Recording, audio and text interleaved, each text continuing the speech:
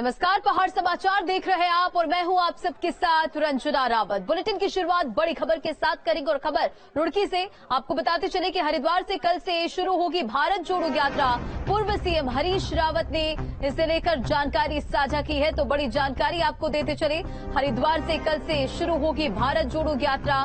पूर्व सीएम हरीश रावत ने जानकारी दी है। जल्द ही भारत जोड़ो हरिद्वार जिंदाबाद पद यात्रा भी निकाली जाएगी। हरीश रावत पद यात्रा के दौरान समस्याओं को उठाएंगे, सड़क, गन्ना, किसानों के मुद्दे उठाएंगे। हरीश रावत का ये बयान सामने आया है। आपको बताते चले, गैरसैंण में सत्र नहीं करने को लेकर सरकार को भी घेरते हुए नजर आए हरीश रावत। और हरिद्वार में 14 नवंबर से शुरू हो रही भारत जोड़ो यात्रा को लेकर पूर्व सीएम हरीश रावत ने जानकारी दी। पूर्व सीएम हरीश रावत ने कहा कि वो भारत जोड़ो यात्रा के बाद जल्द ही 4 दिवसीय भारत जोड़ो हरिद्वार जिंदाबाद पद यात्रा नाम से नवंबर में एक पद यात्रा निकालेंगे।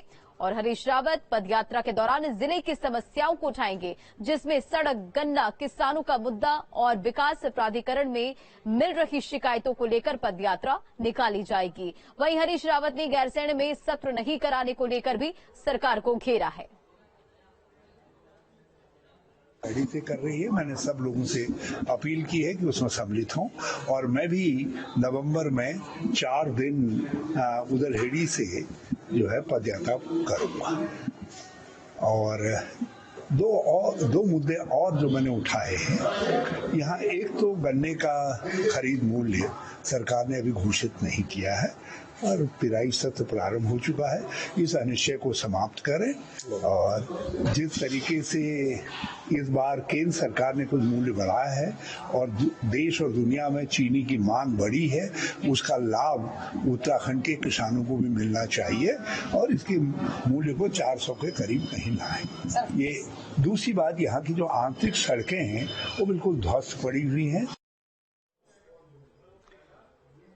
तो हरीश रावत को आप सुन रहे थे, जहां सरकार को वो घेरते हुए नजर आए, तो साथ ही उन्होंने कई जानकारी साझा की। आपको बताते चले कि कल से भारत जोड़ो यात्रा की शुरुआत हरिद्वार से हो रही है, इसे लेकर तैयारियां की जा रही है। तो वहीं आपको ये भी जानकारी देते चले कि पूर्व सीएम हरीश रावत ने ये भी बताया कि 4 दिवसीय भारत जोड़ो हरिद्वार जिंदाबाद यात्रा के नाम से नवंबर में पद यात्रा निकालेंगे और पद यात्रा के दौरान जिले की समस्याओं को उठाएंगे, जिसमें सड़क का मुद्दा होगा, गन्ना, किसानों का मुद्दा होगा और विकास प्राधिकरण में मिल रही शिकायतों को लेकर पद यात्रा निकाली जाएगी। तमाम वो मुद्दे होंगे और उन मुद्दों को उठाएंगे हरीश रावत। वहीं हरीश रावत ने गैरसैंण में सत्र नहीं कराने को लेकर भी सरकार पर निशाना साधा है।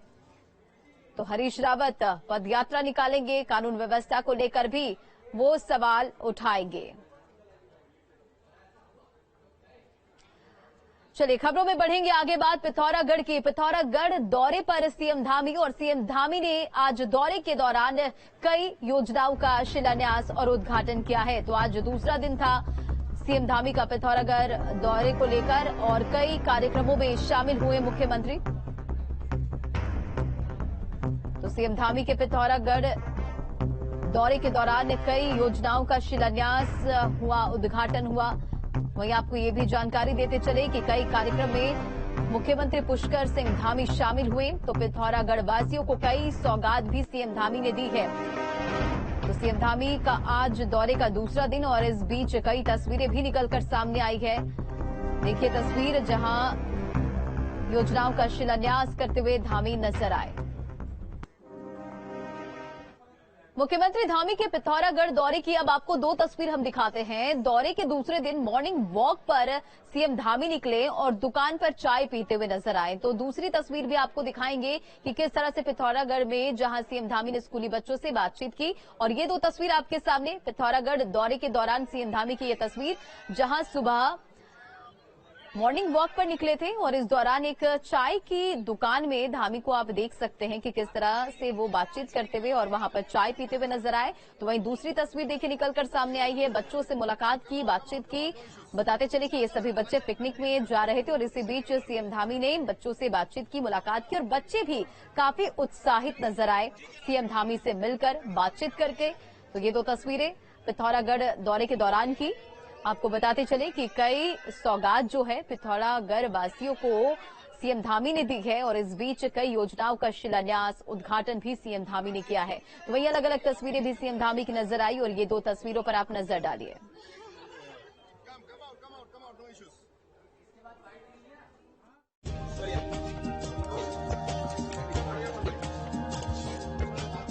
मुख्यमंत्री पुष्कर सिंह धामी पिथौरागढ़ के दौरे पर हैं। अपने दौरे के दूसरे दिन सीएम धामी का अलग ही अंदाज दिखा, जिसे देखने के बाद हर कोई कह रहा है एक मुख्यमंत्री ऐसा भी। सुबह सुबह मुख्यमंत्री पुष्कर सिंह धामी मॉर्निंग वॉक पर निकले और स्थानीय व्यक्ति की दुकान पर जाकर चाय पीकर हालचाल लिया। वहीं मुख्यमंत्री ने मॉर्निंग वॉक करते हुए देखा कि एक स्कूल की बस में बच्चे कहीं जा रहे हैं। मुख्यमंत्री ने बस रुकवाई और बस के भीतर जाकर बच्चों से हालचाल लिया।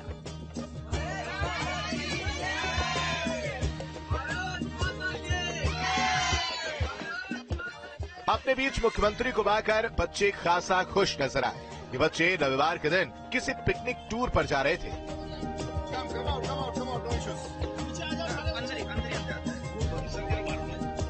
मुख्यमंत्री ने बच्चों से कहा है कि वो देश हित राष्ट्र में लिखकर योग्यता के साथ काम करें और राज्य का नाम रोशन करें। मुख्यमंत्री अक्सर अपने रात्रि प्रवास के कार्यक्रम के दौरान सुबह जब मॉर्निंग वॉक पर निकलते हैं तो स्थानीय लोगों से बिना सुरक्षा प्रोटोकॉल के जाकर सीधे मिलते हैं। Team news state. बात हरिद्वार की। तेजी से पांव पसार रहा है डेंगू, मलेरिया और लगातार लोगों की मुसीबतें बढ़ती जा रही है। स्वास्थ्य विभाग की भी चिंता बढ़ गई है। आपको बताते चले कि शहर में डेंगू के 200 से अधिक केसेस सामने आ चुके हैं। प्रशासन लोगों को जागरूक कर रहा है। तो लगातार हरिद्वार में डेंगू और मलेरिया के केस बढ़ रहे हैं और स्वास्थ्य विभाग अलर्ट मोड पर है और लगातार लोगों को भी सावधानी बरतने की अपील की जा रही है। लोगों से भी सावधानी बरतने को कहा जा रहा है और स्वास्थ्य विभाग भी अलर्ट मोड पर है।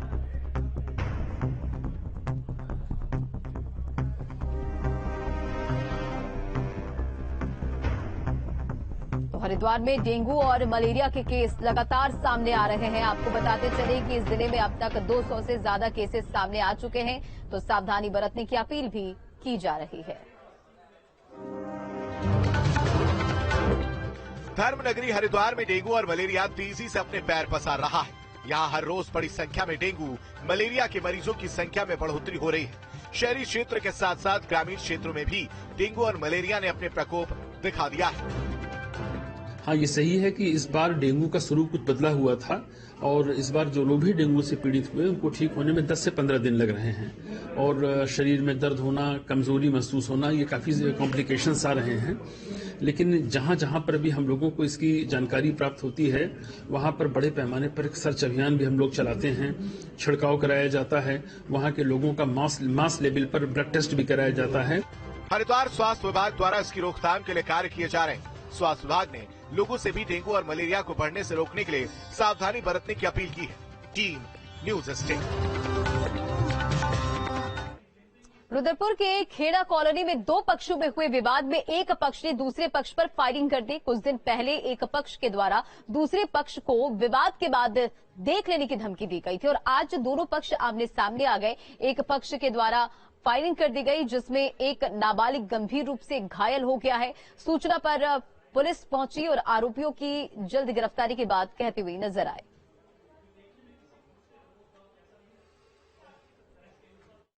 ये एक लड़का है जो ये बताया जा रहा है जो नाबालिग है, उसने दूसरा लड़का जो नाबालिग है उसको गोली मारी है तो उसके बाएं हाथ में गोली चीरती हुई उसके हाथ को निकल गई है और फिलहाल दबिश दी जा रही है उसको पकड़ने के लिए। खबर हरिद्वार से पुलिस को बड़ी कामयाबी मिली है। आपको बताते चले कि 3 अंतर्राज्यीय वाहन चोर को गिरफ्तार किया गया है और पुलिस ने 15 बाइक भी बरामद की है। एक आरोपी अभी भी पुलिस के गिरफ्त से बाहर है। आरोपियों पर गैंगस्टर एक्ट के तहत कार्रवाई की जाएगी। एसएसपी ने यह जानकारी दी है। भगवानपुर पुलिस को एक बड़ी कामयाबी मिली है। पुलिस ने टीम बनाकर 3 अंतर्राज्यीय वाहन चोरों को गिरफ्तार किया है जिनके पास से 15 बाइक भी बरामद हुई है जबकि एक आरोपी मौके से फरार है। और ये तस्वीरें देखिए कि किस तरह से 15 बाइक बरामद की गई है और अब चोर जो है वो पुलिस के गिरफ्त में नजर आ रहे हैं। वहीं एसएसपी का कहना है कि पकड़े गए तीनों आरोपी भगवानपुर क्षेत्र के ही रहने वाले हैं और आरोपियों पर गैंगस्टर एक्ट के तहत कार्रवाई की जाएगी।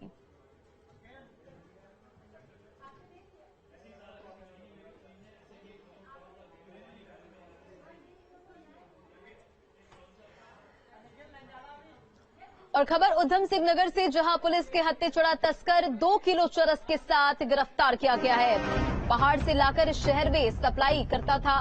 पुलिस ने बाइक और नकदी भी बरामद की है। तो बड़ी जानकारी आपको उधम सिंह नगर से देते चले। पुलिस के हत्थे चढ़ा तस्कर 2 किलो चरस के साथ गिरफ्तार किया गया है। बताते चले कि पहाड़ से लाकर शहर में सप्लाई किया करता था और पुलिस ने बाइक और नकदी भी बरामद की है। चरस की कीमत करीब 2 लाख रुपए बताई जा रही है। तो इस पूरे मामले पर पुलिस कार्रवाई कर रही है।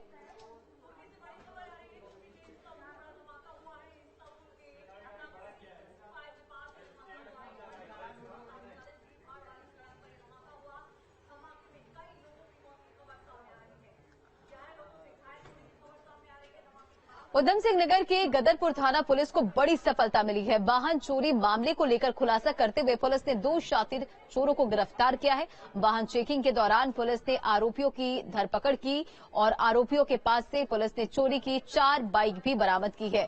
दोनों आरोपियों के खिलाफ केस दर्ज कर लिया गया है और इस पूरे मामले पर कार्रवाई की जा रही है। आपको बताते चले कि गदरपुर थाना क्षेत्र का ये पूरा मामला है, जहां चेकिंग के दौरान आरोपी पकड़े गए और तस्वीरें देखिए। इस दौरान 4 बाइक भी बरामद की गई है। ये बाइक चोरी की बताई जा रही है।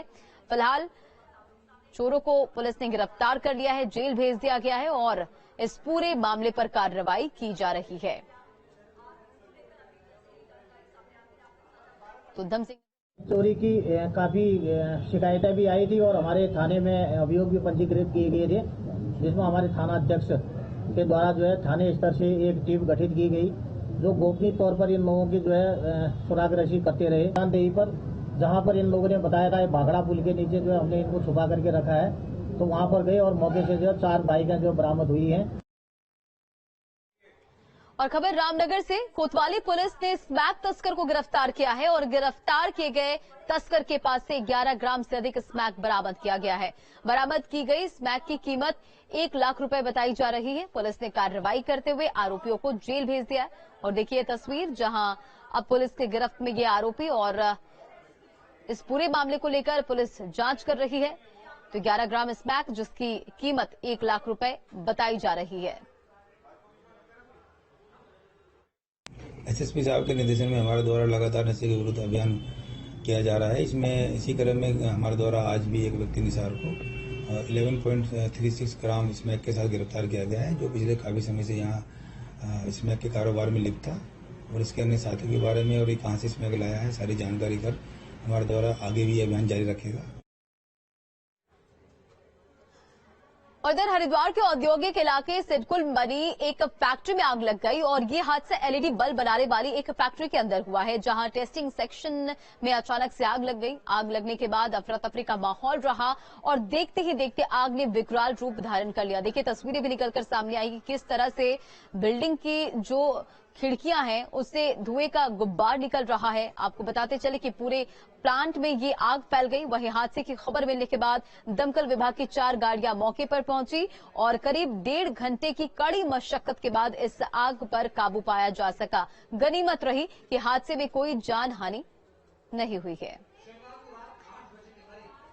तो 1.5 घंटे तक काफी मशक्कत के बाद इस आग पर काबू पाया गया। एलईडी बल्ब बनाने वाली एक फैक्ट्री में आग लग गई और देखते ही देखते आग पूरी फैक्ट्री में फैल गई।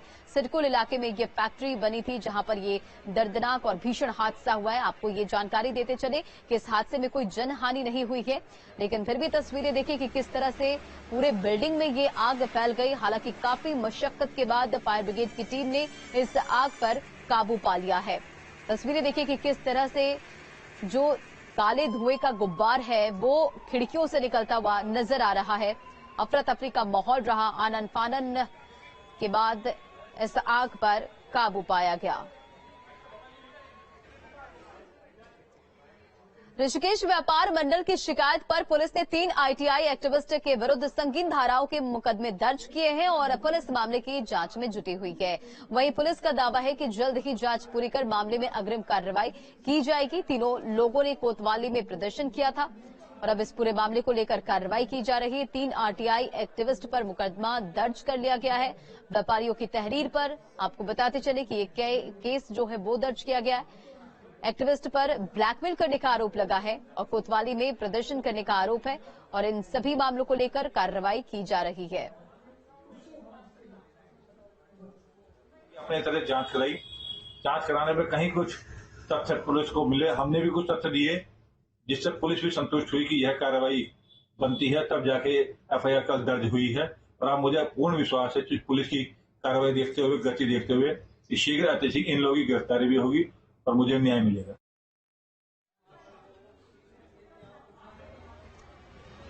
तो व्यापारियों की तहरीर पर इस पूरे मामले को लेकर केस दर्ज किया गया। ऋषिकेश से ये आपको खबर बता रहे हैं, बताते चले आपको कि पुलिस ने 3 आईटीआई एक्टिविस्ट के विरुद्ध संगीन धाराओं में मुकदमा दर्ज कर लिया है और पुलिस मामले के फिलहाल जांच में जुटी हुई है। वहीं पुलिस का दावा है कि जल्द ही जांच पूरी कर मामले में कार्रवाई तुरंत की जाएगी।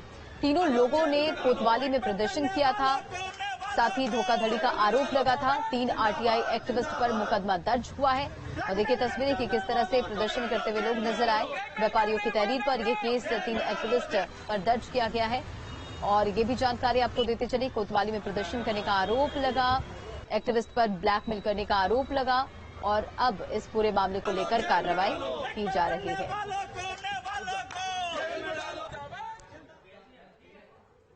और खबर ऋषिकेश से, जहां खदरी कड़कमाफ क्षेत्र में पानी के गलत बिल को लेकर क्षेत्रवासियों ने के सामने समस्या खड़ी हो गई और जनप्रतिनिधियों ने जल संस्थान के अधिकारियों को बुलाकर एक खुली बैठक बुलाई और बैठक में क्षेत्र के सैकड़ों लोगों की ओर से पानी के गलत बिल आने की समस्या दर्ज की गई है।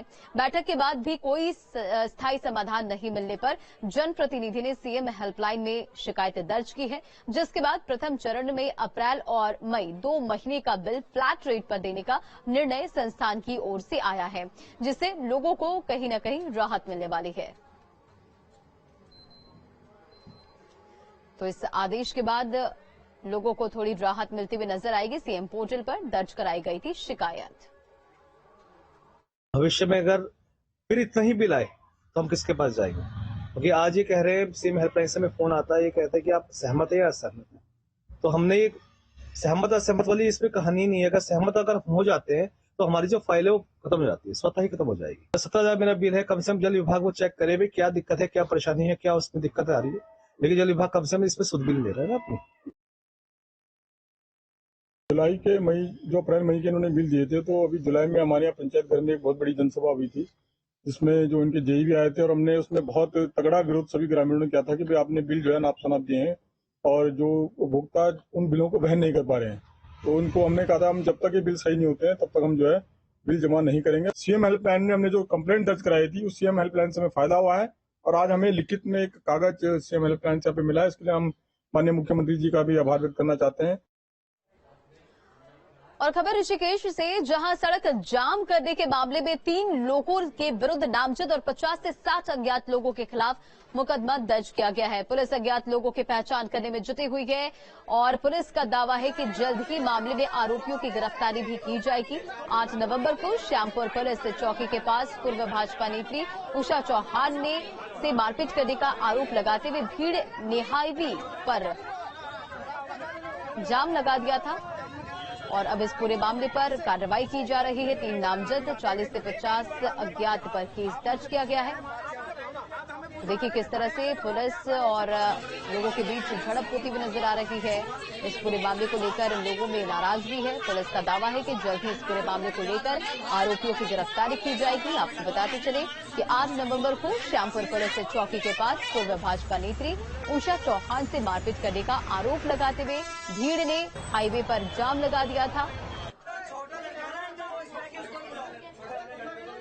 देखिए इसमें ये श्यामपुर चौकी पे कुछ लोगों के द्वारा नेशनल हाईवे को बाधित किया गया था, जिसमें 3 लोगों के खिलाफ नामजद और बाकी 40-50 अन्य के खिलाफ बलवा रोड जाम करने का अभियोग पंजीकृत किया गया है।